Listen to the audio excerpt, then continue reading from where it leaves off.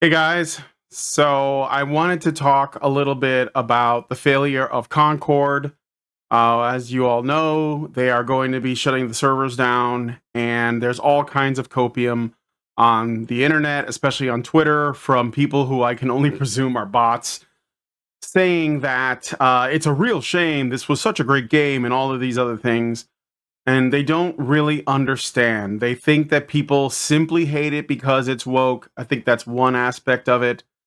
But Concord stands out as bad, primarily, in my opinion, because of its horrible, horrible art direction. And what do I mean by that? I mean, it's not just that they were trying to be super inclusive, it's that they didn't even try to make it aesthetically pleasing. And this might actually be a product of this kind of like, make everything ugly on purpose initiative by these people. So let's talk about Concord from an art direction perspective. So this is despite the fact that Concord, according to many, the gameplay is not bad. It's decent. It's got a large number of playable characters, which is good. There's not any DLC, or at least not much that I'm aware of, and yet it still died. Why is this? Well, I think the primary culprit is, as I said before, its art direction. Now, other people have talked about the ways in which they can, make their case as to why the game is ugly. I'm going to do this in a very simplistic way because I think it's one of the primary ways that you can essentially talk about how something is ugly. And that comes from its silhouette. So, a character silhouette tells you basically, it should give you a minimum amount of information about what the character is. If you are, especially if you're playing a game that is heavily leans on characters, like hero shooters, like MOBAs, like fighting games, you need to have a really good looking character to like really attract the player because they want to play as the character and they want the character to look good. So let's look at a couple of examples, good examples of successful silhouettes. So this is Farah from Overwatch. You get the sense that she can fly just based on the shape of the silhouette. You can see it all there. And it is a very good example. Here is what she looks like, just to drive that home. I don't even have to talk about the colors. I don't have to talk about the materials. I don't even have to talk about the stylization of the characters because the silhouette is enough. All right, here's another one. This is the Pyro from what the hell's that game called? Well, you know the one. The Heroes game with the Pyro and the heavy and stuff. I can't even remember for some reason. Team Fortress 2. That's it. Team Fortress 2. And that's the Pyro from Team Fortress 2. Again, a really good silhouette. It tells you everything you need to know. All the information that is absolutely necessary is right there. And that's before you even start looking at things like colors. Here's another Team Fortress 2 character. This is the soldier. You can see this just by looking again at the colors. This is Tracer from Overwatch. Again, you get the sense right off the bat. This is a female character. She's lean. She's slim, and her posture makes a suggestion about her personality. This is Widowmaker, another female character from Overwatch, also lean, also slim, but the suggestion is different. This is a little bit more sensual. This is a little bit more intimate in terms of the shape of the silhouette. You can see like the small of her back right there. That is like an extremely important detail that tells you a lot about the character. This is the Heavy from Team Fortress 2 again. And you can see that because of, he's got the bald head, broad shoulders, and little legs. This gives you a sense of how this works. This is like a common trick used to create memorable characters with Disney, with, let me show you a picture of what he looks like, with Disney and DreamWorks and lots of animation studios, Hanna-Barbera, etc. They all employ similar things. They all understand, even Japanese animation storytellers do this as well, right? They all understand that a strong silhouette is the basis of a strong character design. Here's Genji from Overwatch. Here's McCree from Overwatch. Notice the cowboy hat, the smoking gun, the spurs. This is a cowboy. You just look at it. You can see that, okay? And there's even, and I want to go into this a little bit. The art direction in games is not just about graphics. It's about creating a visual language that resonates with players, making characters instantly recognizable and engaging. This is what the silhouettes do. This is how you know you have a strong design based on that. Picture Batman, for example. With Batman, you can just draw him with the cape drawn as a shadow, and everyone knows who that is right off the bat. Very strong silhouette, right? That's just another example. Why is Batman so popular? That's a big part of it. If you take away the ears and the cape, and even like it's got like these scallop like cuts in the cape that make it look like leathery bat wings. You don't have Batman anymore. Those are very important parts of that make the silhouette memorable, right? So a well-designed character should be identifiable by its silhouette alone. Each character has a distinct shape that communicates their role, their personality, and even a little bit of their backstory, right? Contrast this with Concord, which I'm going to show you some examples of in a moment.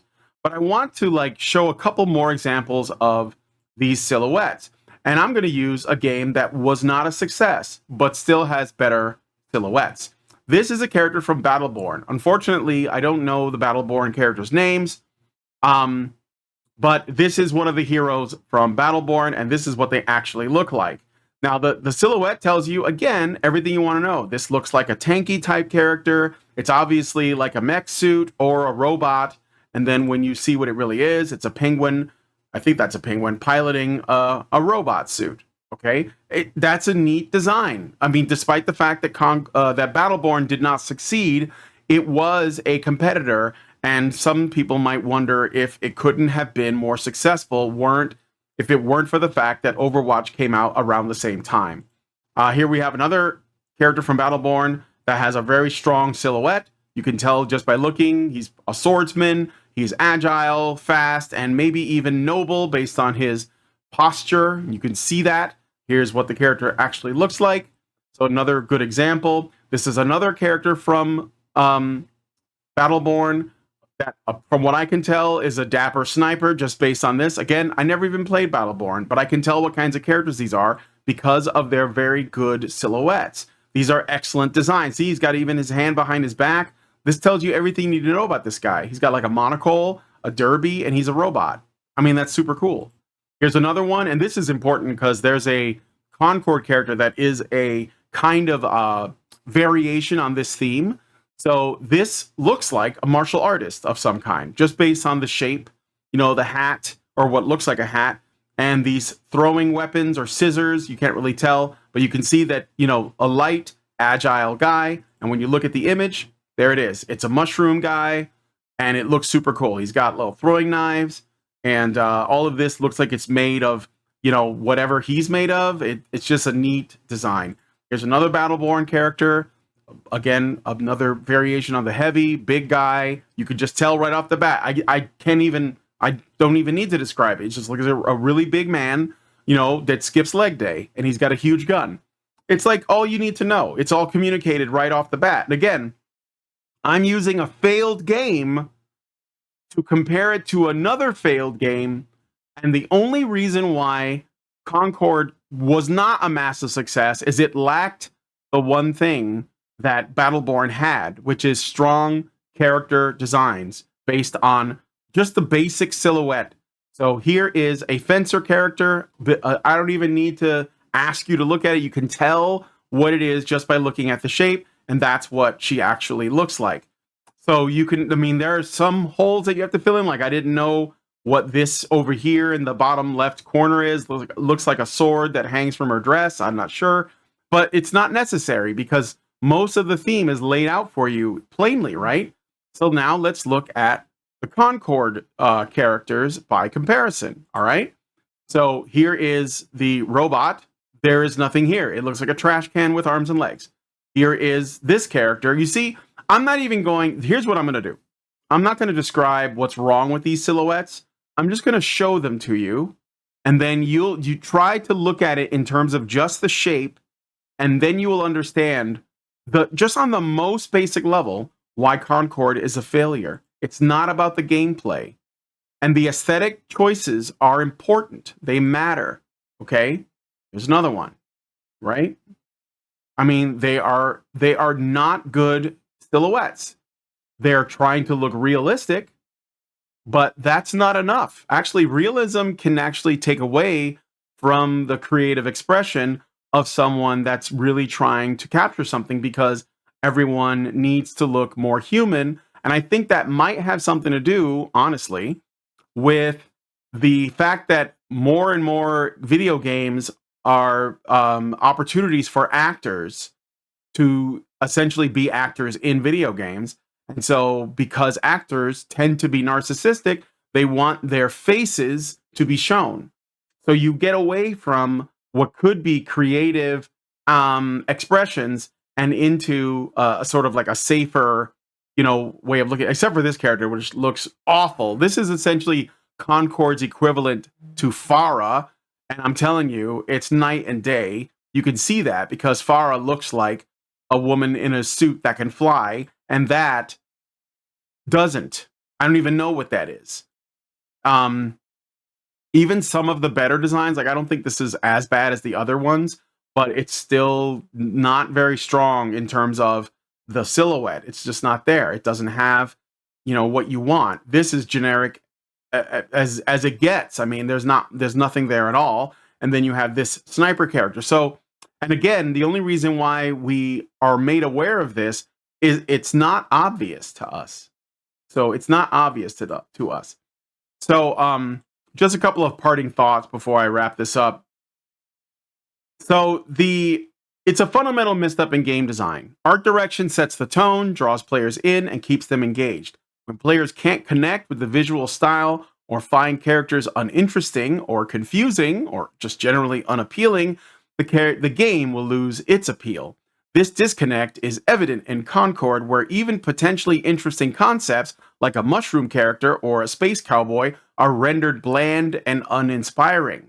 And yet, but again, if I can, the mushroom character from Battleborn looked a lot better, and McCree is, I mean, you could say that the characters in Overwatch are stereotypes, but that's why they're attractive, because they meet a kind of archetypal standard of what they are supposed to be, and so that draws people in. You can always experiment with things that are a little outside of that theme, but you want to keep it close, because if you're going to have a gunslinging character, then they're either going to look like, you want them to look more like something out of a Western, or you want it to be something out of like a John Woo film or something, whatever it is, right? But it's got to look right. And I don't think that you could just generically plaster a theme onto any character. Like this is almost getting close to like blank slate theory of character design, which could be what they were doing. So the lesson from Concord's failure to me is clear. Art direction matters. It's not about how realistic or technologically advanced the graphics are, but how effectively they tell a story, how effectively they convey character or engage the player. Games like Cuphead, Elden Ring, or even older titles like Team Fortress 2, which I explained, or even failed titles like Battleborn, can be successful based on their art direction. It's not just an afterthought, but it's a core element of the identity. I mean, these MOBAs that are really popular are also based heavily in these kinds of designs for the hero characters. I don't play them, but I know that that's what people enjoy about things like Dota or Dota 2 or whatever it is the kids are playing these days. So this is what I wanted to say about Concord. I think it's other people have made videos about how the art direction is a failure, but I wanted to put it in the simplest possible terms and just discuss the silhouettes. And that is setting aside things like, the themes, the motifs of the characters, and the sort of color choices. These are all very important, and I think Concord fails on most of them, but hey, at least they have pronouns, right? So anyway, thanks for coming on and checking out my video. Leave me a comment. Let me know what you guys think about this. And be sure to like, share, subscribe, and join the Discord for me and also John, the problematic white guy. Links are in the description. Thank you so much. Let me know what you think about this in the comments, and I'll talk to you all in the next one. Long live Vivian.